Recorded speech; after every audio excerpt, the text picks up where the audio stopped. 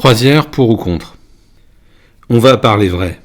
On n'a pas l'habitude de parler faux, mais pour une fois, je tenais à le rappeler. Est-ce vraiment nécessaire? Parlons donc de croisière. C'est des vacances de rêve, une expérience digne des singes urbains que nous sommes. La croisière est devenue un emblème de la pollution, un peu trop vite parfois. Beaucoup de choses deviennent vite des emblèmes de pollution et de réchauffement climatique, même si on se prend quelques jours au mois d'août à 19 degrés actuellement. On devrait commencer par imposer aux enfants d'écrire avec un stylo-plume à pompe, au lieu de les faire plancher sur tous les sujets de réchauffement climatique avec un stylo-plume en plastique dans les mains. Revenons sur mer. Tous les éléments que j'avance sont du vécu.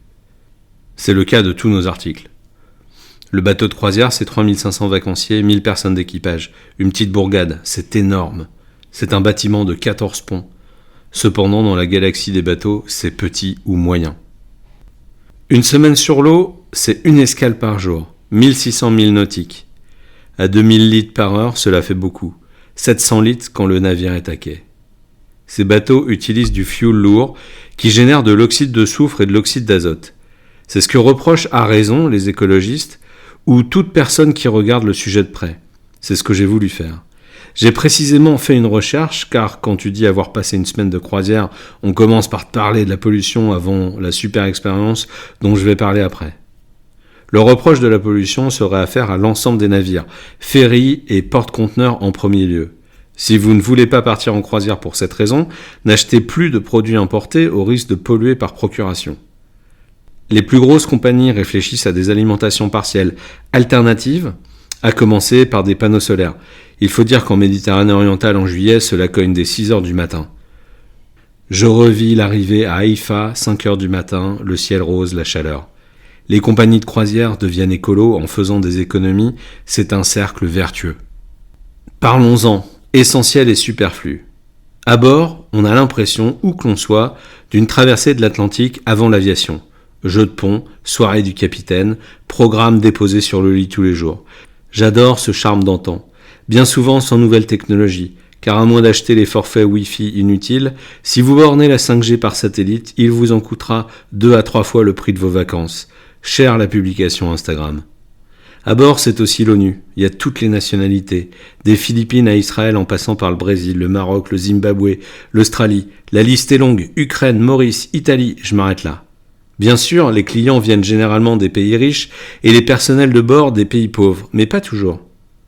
Les équipes sont constituées par nationalité. Les Indonésiens au service à table, les Indiens au service en chambre. Ambiance bon enfant, on est bien entre étrangers. On n'a pas vu de Français relous. C'était peut-être nous les Français relous. Je crois pas. Les relous étaient en vacances ailleurs. Chaque jour ou presque, le navire s'arrête dans un nouveau port. Occasion de visiter généralement des vestiges architecturaux. Kotor au Monténégro, un écrin. Kuşadası en Turquie, une perle. Jérusalem, Santorin. On se promène, on découvre et on visite. Le soir venu, retour à la maison. La grande maison. Le planning du jour, que dis-je? Ton journal de bord t'attend sur le lit. Ton lit est fait, ton linge est propre. Je vous dis, c'est la vie d'autrefois avec le plaisir d'avoir du personnel qui s'occupe de toi. Tout le monde parle plusieurs langues, c'est facile. Que trouve-t-on dans un bateau de croisière?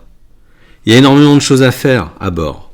De nombreux bars, des salles de jeu, un casino, des boutiques, un mini-golf, un fumoir. C'est agréable d'aller fumer face à un portrait de Churchill. Il y a un spa avec hammam, jacuzzi, sauna et un bar à cocktail healthy. C'est pour après avoir fumé un cigare. Les enfants vont et viennent, ils connaissent rapidement le bateau mieux que toi. Il y a de la bouffe à tous les étages et c'est bon. Le soir on s'habille, même si c'est moins qu'avant et qu'il doit y avoir des compagnies chics qui poursuivent la tradition de la robe longue et du smoking. On dîne à table et le bateau sonne la corne pour indiquer qu'on prend la mer, le large. C'est comme un livre pour enfants, je vous dis. À table, vous pouvez demander autant de plats que vous voulez. Je vous donne le truc, n'en abusez pas. Je parle de MSC que je connais, mais cela doit être le cas partout. Vraiment, si vous êtes gourmand. Chapeau aux équipes en cuisine de réaliser 3000 plats en 3 heures de cette qualité, cela relève de l'exploit. Ensuite vient le temps du spectacle, par des artistes professionnels, danse, chant, acrobatie, chaque soir une représentation d'1 heure. Puis vient le temps du casino si tu aimes jouer.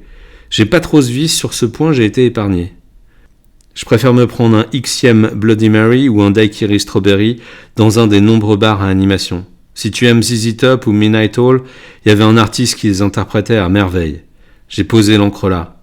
J'ai oublié Kiss et AC/DC, j'enchaîne les cocktails. On traîne jusqu'à une certaine heure, on oublie plus rapidement sa montre qu'en avion, et pourtant le décalage horaire est nul. Direction la boîte de nuit à laquelle sont déjà les adolescents qui découvrent la vie de la nuit. Atmosphère bon enfant aussi, c'est un bon moyen pour eux de s'initier. Chaque jour se ressemble sans s'installer de routine. Une semaine passe vite et on revient rapidement au point de départ. À quai, tu te réveilles de cette semaine enchantée durant laquelle, comme un enfant, on t'a traité. À bientôt.